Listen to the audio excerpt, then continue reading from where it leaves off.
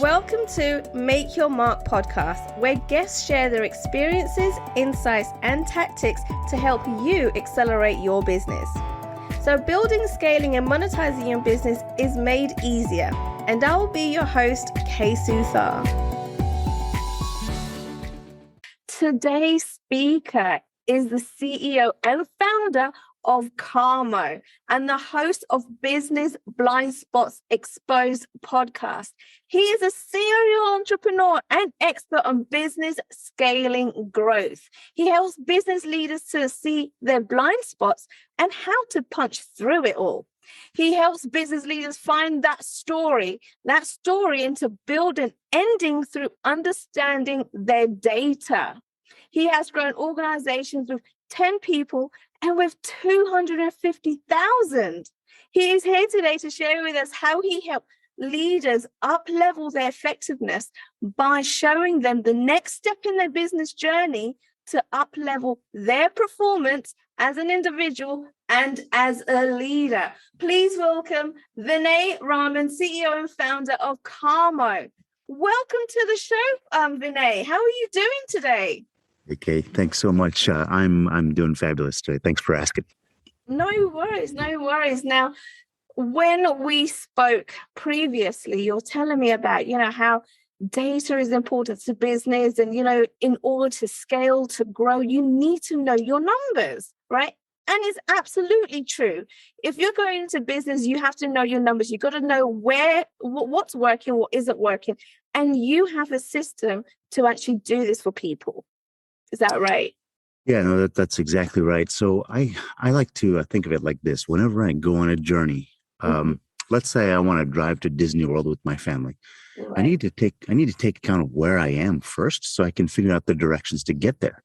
Right. The data that comes out of your company really tells you all of where you've arrived at, right? I sold 5 units. I hired 10 people.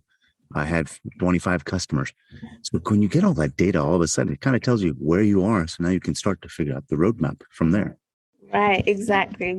So before we get into a little bit more detail about all of that, because I know this is something that everyone needs to hear about, tell us a little bit about your background and how you actually got involved in business like this. Yeah, it's a great story. I'll give you the shorter version. There's always been 2 sides to me, and I think this exists in everyone. There's the what I'll call the heart-centric side of you, right? You want to do something. That's what you start with as a child. And there's sort of the logical or the rational side of you. It says, hey, how do I take the next step? Which one makes sense? Right. So I have a background in artificial intelligence, machine learning, data and mathematics, all that boring stuff. It's so funny you mentioned, AI and things like that, because this is something that I'm trying to implement in my business right now. So yeah, I love that. And not a lot of people know about AI and how it can actually benefit you and, how efficient it can be. But yeah, this is awesome stuff to kind of look at and research on. But yeah, please go on. Tell us a little bit more about that. Yeah. So, the beautiful thing about artificial intelligence, machine learning is they can do wonderful things, but you always, as humans, one thing we can do that machines still cannot get anywhere close to doing is the first story, right? If you have to train a machine to say, here's how the story starts, continues, and ends, right? That's what we can do as a 6-month-old baby, but machines still cannot do, right? And that's kind of the culmination of where I am as a company, is that we've used all that data to start to say, here's where it's heading. Is that where you want to go? Consider a 5-year-old kid can figure that out by themselves, right? Yeah. They innately have it. So we now start to use the data to help leaders find that path forward. Does that make some sense? Yeah, it does. So, so was it the AI that really actually pushed you towards building Carmo? Yeah. So that's a great question. It's the background in AI and machine learning that helped germinate the idea. I realized that understanding people's story, I love people, right? People are always so intriguing to me. Everyone's got a story. There's 7.7 billion stories, right? Right. And you get all the stories and you start to see there's some common threads, even though they're all different. Well, all of them have behaviors and repetitive things. I get up every morning, I brush my teeth. Most people do, right? You start to see those things, and then you see your 10-year-old son doesn't get up and brush his teeth every day. Well, you start to see those. That's the data, right? The behaviors, what they've done in the past. So yeah, the artificial intelligence machine learning said, "Hey, I need to learn the story. If I learn the story, then I can start to predict where they're going." Does that resonate? Yes, that does, most definitely. And so it's you picking up these patterns and behaviors and really kind of exploring how business works with these different patterns, is where you can really help these leaders, business owners, of seeing where we can make those tweaks and changes and actually grow and scale even further. Yeah, I mean, how many times have you had a friend when, I don't know, you've been through a bad breakup, you've been or had a job with a boss, and they say, "Well, did you notice this trend?" I mean, they may not say it just like that, but they say, Right. "Did you notice what you've done? Like for the last 5 years, you've always gone to work for bad bosses who treat you poorly." You're Right. like, "Huh, I never saw that pattern was there." Right? The data actually just shows the patterns that are already existent in your life, in your business, and your employees. It's there. It's just a matter of being able to see the story. That's what we do. I call it digital storytelling. Oh, amazing. I like that. Okay, so Vinay, I heard that you have the ability to what you call as experience next. So tell us a little bit about that. Yeah, wow. I appreciate you asking that. And the reason why is because usually everyone is somewhere in a journey, right? There's a spiritual journey, there's a romantic journey, or a family journey, right? All these different professional journey. And as you go into these journeys, lots of times we struggle with where do I go next? Because what's going to get you to tomorrow is not what got you to today, right? Right. Yeah. So what do you keep doing as a cycle? Once we start to see those patterns, you always go and look for bosses who are going to talk down to you. I'm just making something up, right? If you always see that and you say, now I'm aware of that. What do I want to do with that? Do I really care? Most people do, right? Well, okay, I'm going to change that. So how do I change that? That's experiencing next, right? The journey, the next doorway to your journey next. That's what we do as a company, right? We start to say, here's the patterns you've done. Is that the outcome that you want? Right. No, I don't. I want to change that. Well, how do I change that? Ah, that's the right question, right? So we help people ask the right questions to take the next step. Okay. And so coming to that, when people say to you, okay, how do we make that change? So does Karma, do you, your business, have all the answers for all the different things? 'Cause so many different things can turn up, right, in business. Gosh, I wish I could say yes. The answer is absolutely no, I do not. What I will tell you is I've often found for myself that it's not about having the right answers, it's about asking the right questions. Right? Yes. Agreed. So, what we actually do is as we start to study these behaviors and trends, we actually put in front of us, it's unbiased, right? There's no flavor, coloring to it. It's like, this is what you've been doing. Your employee A, employee B, employee C have done Yeah. this, this, and this. Is that the outcome you want? Mm. No, no, it's not. Well, let's figure out what is that outcome that you want. I want this. Well, then we need to tell them, don't we? Huh? Right. Right? It's Okay. it's about a shift of perspective, people, and it pushes the ego to a side, right? It gives you the opportunity because Yeah. I'll be the first person to tell you my ego gets in the way all the time, and I'm constantly trying to find out when my ego is getting in the way. Does that make sense? Yeah, yeah, it makes complete sense. So you're looking at, okay, where do you want to be? And if you're not there, then how do we get you there? And you start tweaking things and strategizing, I guess, to get that person to where their goal is. Yeah. You're working backwards. Yeah. I mean, so I heard this fantastic stat a few weeks ago. It says the average Olympic athlete has 9 coaches. 9 coaches. No way. That's a lot, right? Yeah. And what does a coach do? I mean, Tiger Woods or Michael Jordan. I mean, any of the greats in sports. What do they do? It's not that they. I had a coach that told me as a kid, right? Practice doesn't make perfect. Perfect practice makes perfect, right? So are you practicing perfectly? That's what coaches do, right? They tell you, say, hey, here's something that you're doing that's not aligning with where you want to go. Do you want to tweak it? And they say, yes, I want to tweak it. Well, that's when the greats get better because they keep practicing those behaviors, those muscle memories that are exactly that leads them to the outcome that they want. we show them where those deltas are between where they want to be and where they are. Does that make sense? Yeah. It's almost like you're spotting the habits as well, right? Like what habits are working for them, what habits aren't. And if it isn't working for you, well, let's change it. Yeah, that's right. That's right. Amazing. So what actually qualifies you as an expert in this field, Vinay?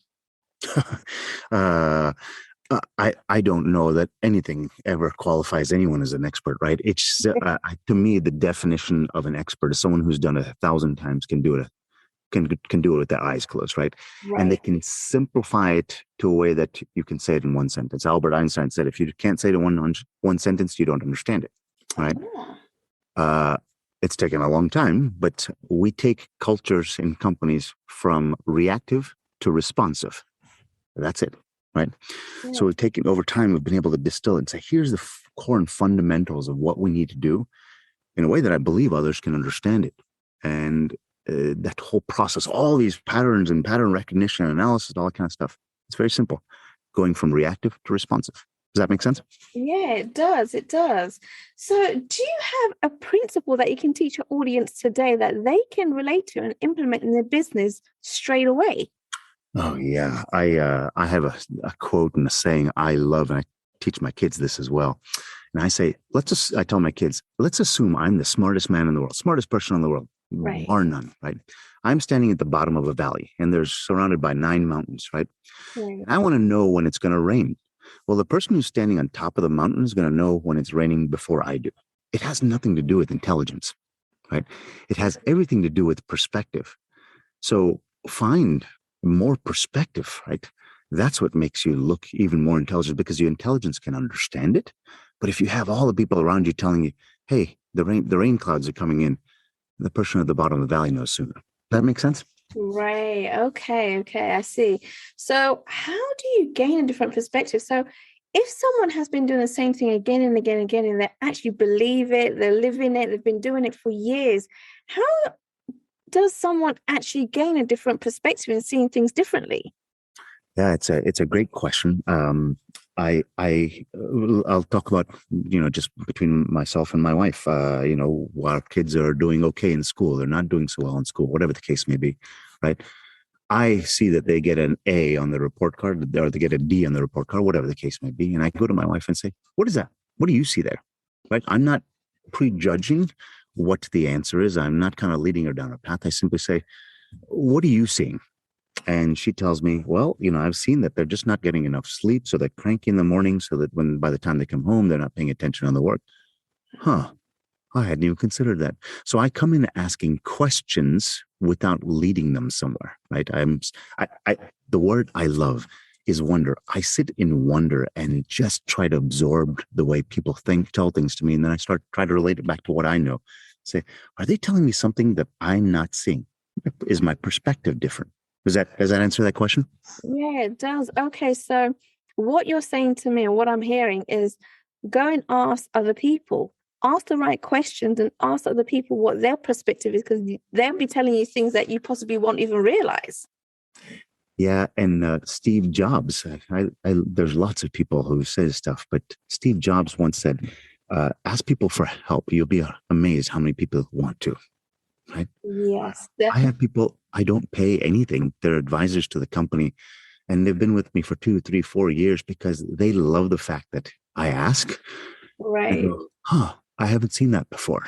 And stuff happens. It changes because they gave me some insight that I couldn't see. It makes me stronger. Yes, definitely.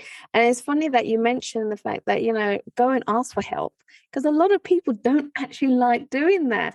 It makes them feel, I guess, vulnerable, or makes them feel like, oh my God, if I'm asking for help, then I'm not seen as an expert. But the way that you're going to kind of progress and grow is by asking the question and find out what is really going on. Yeah. Right. So I love the fact that you said, go and ask for help. Go and ask the right questions, go and speak to other people and find out what their perspective is. So, yeah, that is amazing. Okay. And it's a simple thing to do as well. Yeah, that's right. It is. And so, you know what? I remember, I was in a supermarket and I wanted to make sauce for pasta, right? Red sauce for pasta, and wanted to use a type of wine, but I had no clue what wine to use. And I'm looking at the shelves, and there's like a million different bottles of wine on there. And I'm like, I have no idea what one to use. And all I did, I saw some other person standing there looking at different wines, looking like he knew what he was looking for. And I was like, I said to him, look, I'm trying to make red wine pasta, pasta sauce. I have no idea what kind of wines to look for or to buy or anything like that. What do you suggest? And he just said to me, get an Italian and make an Italian dish, get an Italian wine. And they said to me, this one, and this one is a good one to try. I've done it in my pasta sauces. It's turned out amazing. I was like, wow, simple as that. Rather than just looking idle at the shelves, wondering what type of wine I'm going to buy, just ask somebody, right? And it's funny because it's not just in business that people need to ask questions. It is just day-to-day things that you can start asking questions. And if you feel uncomfortable, start practicing on little things on a day-to-day. If you're not too sure, why sit there, racking your brain out, trying to figure out what's going on, where you can simply ask the question. So I want to tell you a quick paradox here that I realized a long time ago. I will tell you, I like to think of myself as a very intelligent, smart guy. So I didn't ask a lot of questions. Right. I could figure it out. I can understand it by myself. But then I realized one day, I'm scared to go ask other people for questions for fear of it looks like I don't know. But where did I get all my knowledge? I got it from books. Where do books come from? Other people. Exactly. Everything I know in my head comes from somebody else. Right. End of story. Yes, definitely. So yeah, why not just go and ask the source, right? Find out. Exactly. I love that. Thanks for that. And that is something that people can apply immediately in life and in business. Go ahead and try that out, guys. It'll give you a different perspective, and you'll be able to get the answers a lot quicker. Yeah, absolutely. So it'll be great to hear some of the recent success stories you've had with your clients and how this has worked out for them. Yeah. So, I've got a story here that was a little awkward when it happened. I was actually little butterflies in my stomach that I was going to lose them and this is going to turn sour. Ooh. But let me tell you how this actually turned out. So we presented a visualization. So we create some behavioral graphs. You've seen like these Myers-Briggs type indicators and Enneagrams and DISC assessments, right? We have the ability of creating these assessments, personality assessments for employees and roles, right? So there's how they're supposed to behave, right? And here's how we overlay that person's behaviors on top of it. Right. We went and showed one behavior of an employee to the chief operating officer and senior vice president of operations for a really large company. I was walking them through it, and it showed that they're making lots of revenue per hour because these were our employees that go out in the field and work for their customers. They were doing high revenue per hour. There were safe breakers because they drive vehicles, safe braking, safe acceleration. Right. And then they looked at it and it says they're not making lots of visits. And they said, Vinay, this cannot make any sense here. And I'm a little bit lost because I don't know the stories, right? And they said, Vinay, I got to tell you, I'm looking at this stuff and I don't think you guys know what you're talking about here. I think you're making something up. Right. I will tell you, I'm starting to fall a little bit into a defensive mode. I'm saying, well, hold on a second, but I'm just showing you your data. And I said, so are there any other stories in your head that are kind of coming up for you? And they said, well, look, just looking at this stuff, I just don't think you're presenting it properly. I mean, we've had absenteeism problems in the past, but that's about the only thing that comes to mind. I said, can I just do some research and I'll come back to you and let me ask. I got to tell you, I was feeling very uncertain at that point, right? I've just screwed this up. I go back and get some of my team to show me this employee had actually only worked 68% of the time of the average employee. So they were absent 32% of the time. Interesting. So I showed this to them and they looked at it and they said, well, wow, this problem seems to be a lot more prominent than we expected. I said, yeah, as a matter of fact, when I look at this particular office, it's actually significantly more prominent than it is in other offices. Wow. I said, wow, so they've got employees who are not showing up 30% of the time, 35% of the time, 40% of the time. And they're Wow. this huge companies trying to figure out how to boost productivity. Well, get your people to show up first, right?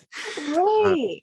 and it was, I didn't know the story. They had a gut sense of something, a suspicion, but they couldn't put their finger on it. That's how I feel like I run through most of my life. I've got suspicions, but I can't put my finger on it. Right. That's what we were able to do. And as a result of it, they said, oh, we know exactly what to go and touch now and how to change that behavior. They changed the culture in that office. They've started to implement policies across the whole organization because of that.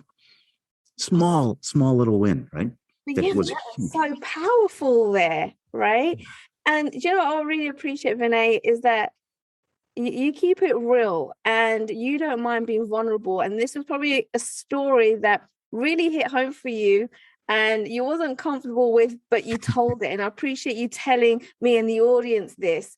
But then what you did and kind of find out and speak with your team to find out what was going on.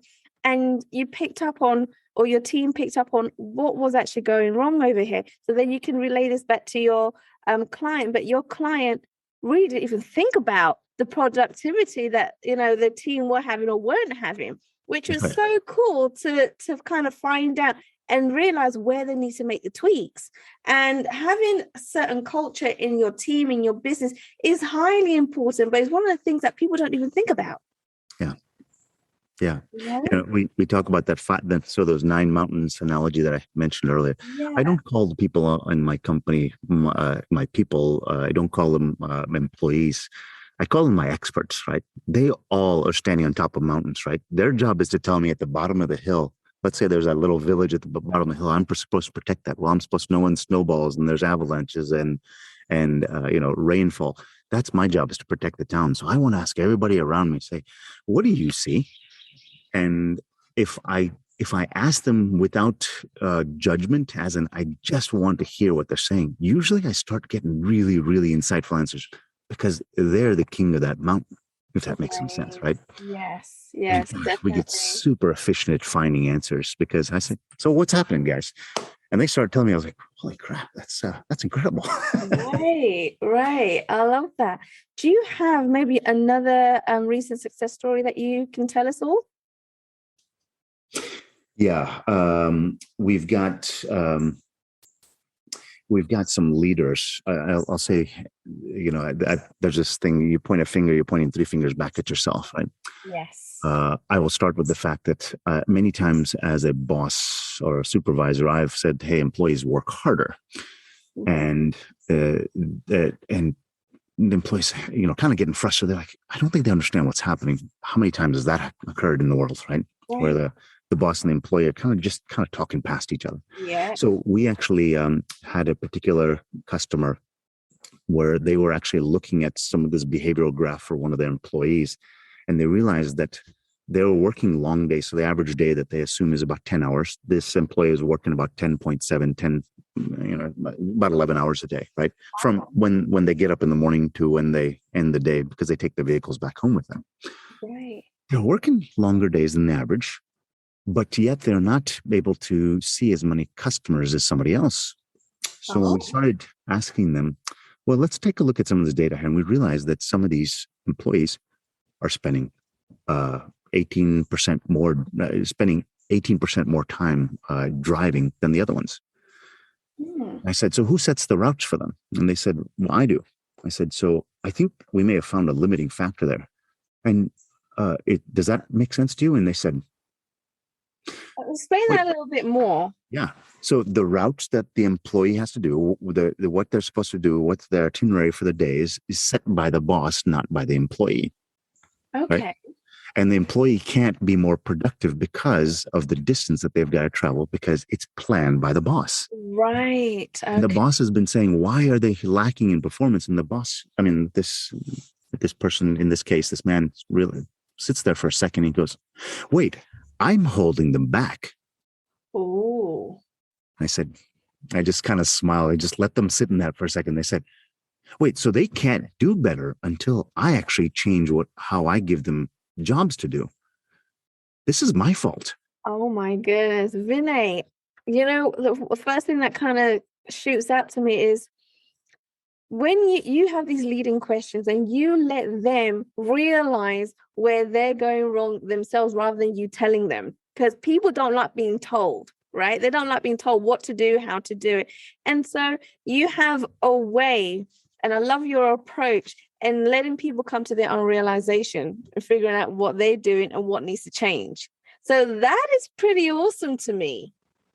Yeah, it's fun when you can kind of see that. I mean, I love doing it with my kids. Or I teach them a new topic, and you see the kids, you can see the wheels turning in their head, and they go, "Huh."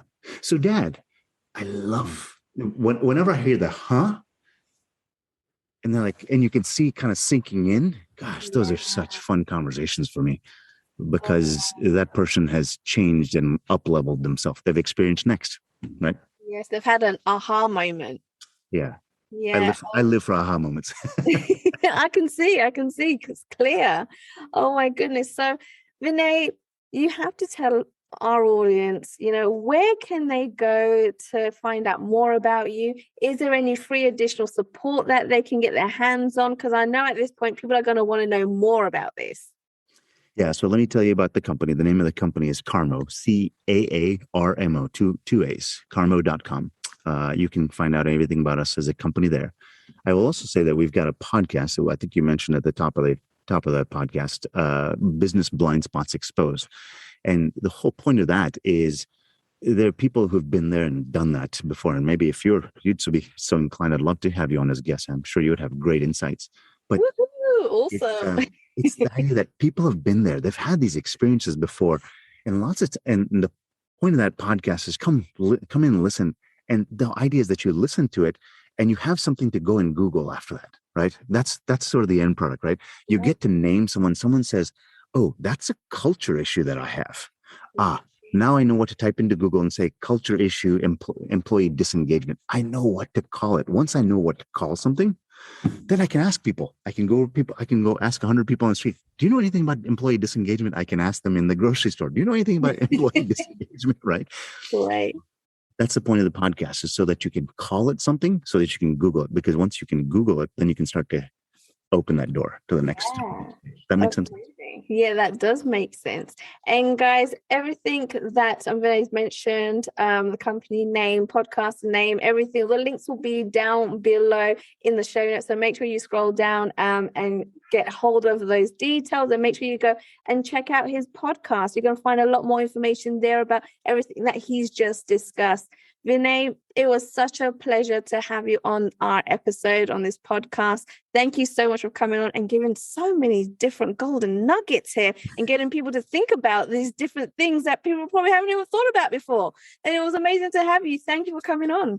I really appreciate the opportunity, and thank you. You've been so kind.